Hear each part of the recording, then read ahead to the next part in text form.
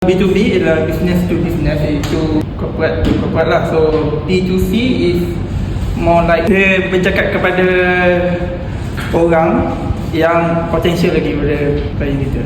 Strategi B2B in engineering dalam market lah. Assalamualaikum dan hai.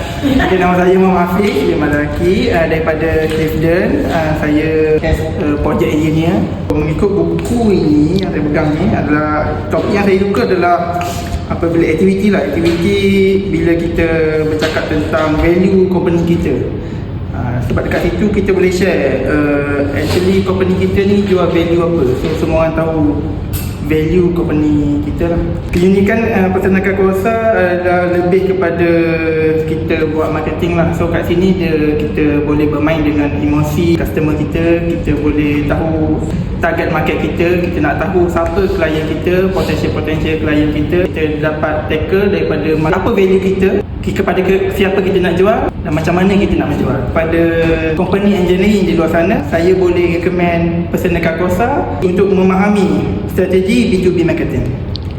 Nak tahu cara nak buat bisnes, carilah Peternakan Kuasa.